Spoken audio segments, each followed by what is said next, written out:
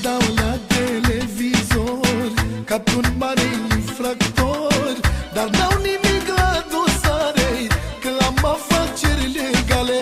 Mă dau la televizor ca pe un mare infractor,